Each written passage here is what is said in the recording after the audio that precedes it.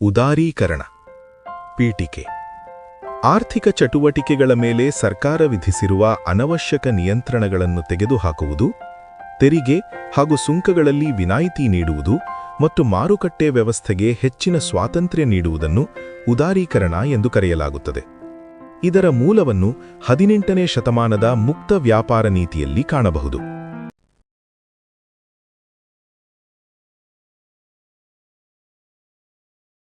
ನೀತಿಯನ್ನು ಅಳವಡಿಸಿಕೊಂಡಿತು. ಉದಾರೀಕರಣದ ಪ್ರಾಮುಖ್ಯತೆ. ಗ್ರಾಹಕ ಸ್ನೇಹಿ ವ್ಯವಸ್ಥೆ. ಮಾರುಕಟ್ಟೆಯಲ್ಲಿ ಸ್ಪರ್ಧೆ ಹೆಚ್ಚಾಗಿ ಗ್ರಾಹಕರಿಗೆ ಹೆಚ್ಚಿನ ಆಯ್ಕೆಗಳು ಲಭ್ಯವಾಗುತ್ತವೆ. ಉತ್ತಮ ಗುಣಮಟ್ಟದ ವಸ್ತುಗಳು ಸಮಂಜಸ ಬೆಲೆಯಲ್ಲಿ ದೊರಕುತ್ತವೆ. ಸೇವೆಗಳ ಗುಣಮಟ್ಟ ಸುಧಾರಿಸುತ್ತದೆ. ಇದರಿಂದ ಗ್ರಾಹಕರ ಹಿತಾಸಕ್ತಿ ಉತ್ತಮವಾಗಿ ರಕ್ಷಿತವಾಗುತ್ತದೆ. ಸರ್ಕಾರದ ನಿಯಂತ್ರಣಗಳಿಂದ ಮುಕ್ತಿ. ಲೈಸೆನ್ಸ್ ಪರ್ಮಿಟ್ ವ್ಯವಸ್ಥೆ ಕಡಿಮೆಯಾಗುತ್ತದೆ. ಕೈಗಾರಿಕೆ ಸ್ಥಾಪನೆ ಮತ್ತು ವ್ಯಾಪಾರ ನಡೆಸುವುದು ಸುಲಭವಾಗುತ್ತದೆ. ಆಡಳಿತಾತ್ಮಕ ಅಡೆತಡೆಗಳು ಕಡಿಮೆಯಾಗುತ್ತವೆ. ಆರ್ಥಿಕ ಚಟುವಟಿಕೆಗಳು ವೇಗವಾಗಿ ನಡೆಯುತ್ತವೆ.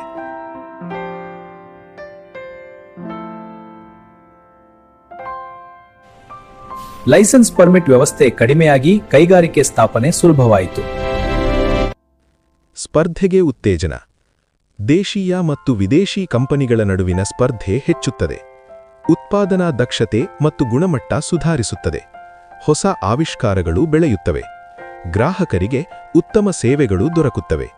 ವಿಶ್ವಮಟ್ಟದ ಕೈಗಾರಿಕೆಗಳ ಬೆಳವಣಿಗೆ. ಭಾರತೀಯ ಕೈಗಾರಿಕೆಗಳು ಜಾಗತಿಕ ಮಾರುಕಟ್ಟೆಗೆ ಪ್ರವೇಶ ಪಡೆಯುತ್ತವೆ. ಅಂತಾರಾಷ್ಟ್ರೀಯ ಮಾನದಂಡಗಳನ್ನು ಅನುಸರಿಸುವುದು ಹೆಚ್ಚುತ್ತದೆ. ರಫ್ತು ವೃದ್ಧಿಯಾಗುತ್ತದೆ.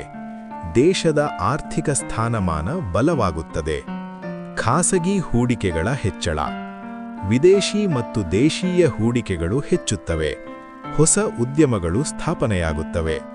ಉದ್ಯೋಗಾವಕಾಶಗಳು ವಿಸ್ತಾರಗೊಳ್ಳುತ್ತವೆ. ಆರ್ಥಿಕ ಬೆಳವಣಿಗೆಗೆ ಇದು ನೆರವಾಗುತ್ತದೆ.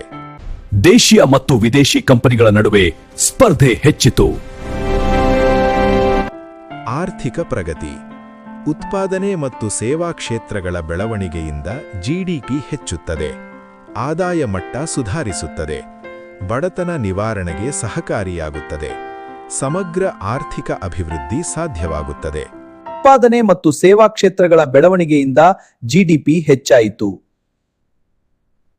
ಆದಾಯ ಮಟ್ಟ ಸುಧಾರಿಸಿ ಬಡತನ ನಿವಾರಣೆಗೆ ಸಹಕಾರಿಯಾಯಿತು. ತಂತ್ರಜ್ಞಾನ ಆಧುನಿಕೀಕರಣ. ವಿದೇಶಿ ತಂತ್ರಜ್ಞಾನ ದೇಶಕ್ಕೆ ಪ್ರವೇಶಿಸುತ್ತದೆ. ಉತ್ಪಾದನಾ ವಿಧಾನಗಳು ಸುಧಾರಿಸುತ್ತವೆ. ಕೈಗಾರಿಕೆಗಳ ದಕ್ಷತೆ ಹೆಚ್ಚುತ್ತದೆ. ಆಧುನಿಕ ಆರ್ಥಿಕ ವ್ಯವಸ್ಥೆ ನಿರ್ಮಾಣವಾಗುತ್ತದೆ. ಹೊಸ ಆವಿಷ್ಕಾರಗಳು ಮತ್ತು ಉತ್ಪಾದನಾ ದಕ್ಷತೆ ಹೆಚ್ಚಿತು. ರಫ್ತು ವೃದ್ಧಿಯಿಂದ ವಿದೇಶಿ ವಿನಿಮಯ ಹೆಚ್ಚಾಯಿತು. ವಿದೇಶಿ ತಂತ್ರಜ್ಞಾನದಿಂದ ಕೈಗಾರಿಕೆಗಳು ಆಧುನಿಕವಾದವು. ಐಟಿ ಮತ್ತು ಸೇವಾ ಕ್ಷೇತ್ರಗಳು ವೇಗವಾಗಿ ಬೆಳೆಯುವಂತಾಯಿತು. ಉದಾರೀಕರಣದ ರಾಜಕೀಯ ಪರಿಣಾಮಗಳು. ಬೌದ್ಧಿಕ ಪಲಾಯನ. ಪರಿಣಿತರು ಉತ್ತಮ ಅವಕಾಶಗಳಿಗಾಗಿ ವಿದೇಶಗಳಿಗೆ ವಲಸೆ ಹೋಗುತ್ತಾರೆ. ದೇಶೀಯ ಮಾನವ ಸಂಪನ್ಮೂಲ ನಷ್ಟವಾಗುತ್ತದೆ. ಸಂಶೋಧನೆ ಮತ್ತು ಅಭಿವೃದ್ಧಿಗೆ ಪರಿಣಾಮ ಬೀರುತ್ತದೆ. ಇದು ದೀರ್ಘಕಾಲಿಕ ಸವಾಲಾಗುತ್ತದೆ.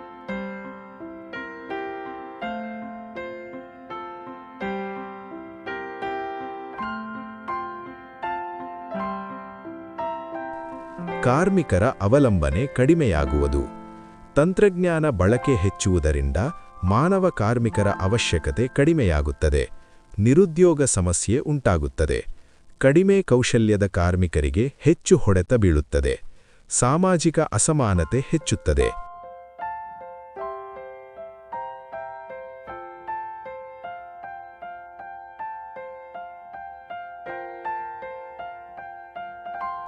ಪರಿಸರ ವಿನಾಶ.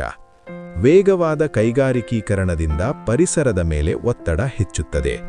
ಮಾಲಿನ್ಯ ಮತ್ತು ಸಂಪನ್ಮೂಲ ಕ್ಷಯ ಸಂಭವಿಸುತ್ತದೆ. ಪರಿಸರ ಸಂರಕ್ಷಣೆಗೆ ಕಟ್ಟುನಿಟ್ಟಿನ ಕ್ರಮಗಳು ಅಗತ್ಯವಾಗುತ್ತವೆ. ಇಲ್ಲದಿದ್ದರೆ ದೀರ್ಘಕಾಲಿಕ ಹಾನಿ ಉಂಟಾಗುತ್ತದೆ.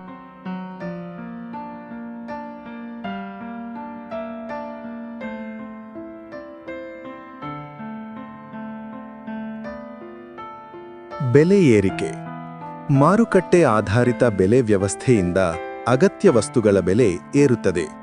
ಸಾಮಾನ್ಯ ಜನರ ಜೀವನ ವೆಚ್ಚ ಹೆಚ್ಚುತ್ತದೆ. ಆರ್ಥಿಕ ಅಸಮಾನತೆ ತೀವ್ರಗೊಳ್ಳುತ್ತದೆ. ಸರ್ಕಾರದ ಹಸ್ತಕ್ಷೇಪ ಅಗತ್ಯವಾಗುತ್ತದೆ.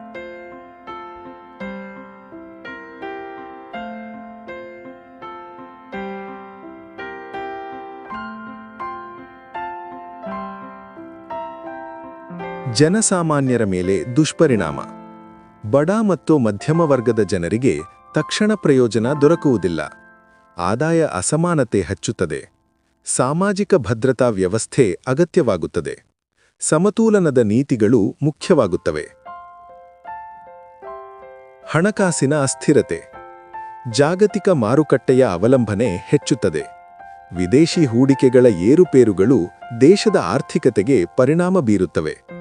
ಹಣಕಾಸು ಸಂಕಷ್ಟದ ಅಪಾಯ ಉಂಟಾಗುತ್ತದೆ. ಸೂಕ್ತ ನಿಯಂತ್ರಣ ಅಗತ್ಯವಾಗುತ್ತದೆ. ಉಪಸಂಹಾರ. ಒಟ್ಟಾರೆ ಉದಾರೀಕರಣವು ಭಾರತದ ಆರ್ಥಿಕ ಅಭಿವೃದ್ಧಿಗೆ ವೇಗ ನೀಡಿದ ಮಹತ್ವದ ನೀತಿಯಾಗುತ್ತದೆ. ಕೈಗಾರಿಕೆಗಳ ಬೆಳವಣಿಗೆ ಮತ್ತು ತಂತ್ರಜ್ಞಾನ ಆಧುನಿಕೀಕರಣಕ್ಕೆ ಇದು ಕಾರಣವಾಗುತ್ತದೆ. ಆದರೆ ಸಾಮಾಜಿಕ ಅಸಮಾನತೆ ಮತ್ತು ಪರಿಸರ ಹಾನಿಯಂತಹ ಸವಾಲುಗಳನ್ನು ಉಂಟುಮಾಡುತ್ತದೆ. ಆದ್ದರಿಂದ ಆರ್ಥಿಕ ಸ್ವಾತಂತ್ರ್ಯ ಮತ್ತು ಸಾಮಾಜಿಕ ನ್ಯಾಯದ ನಡುವೆ ಸಮತೋಲನ ಅಗತ್ಯವಾಗುತ್ತದೆ.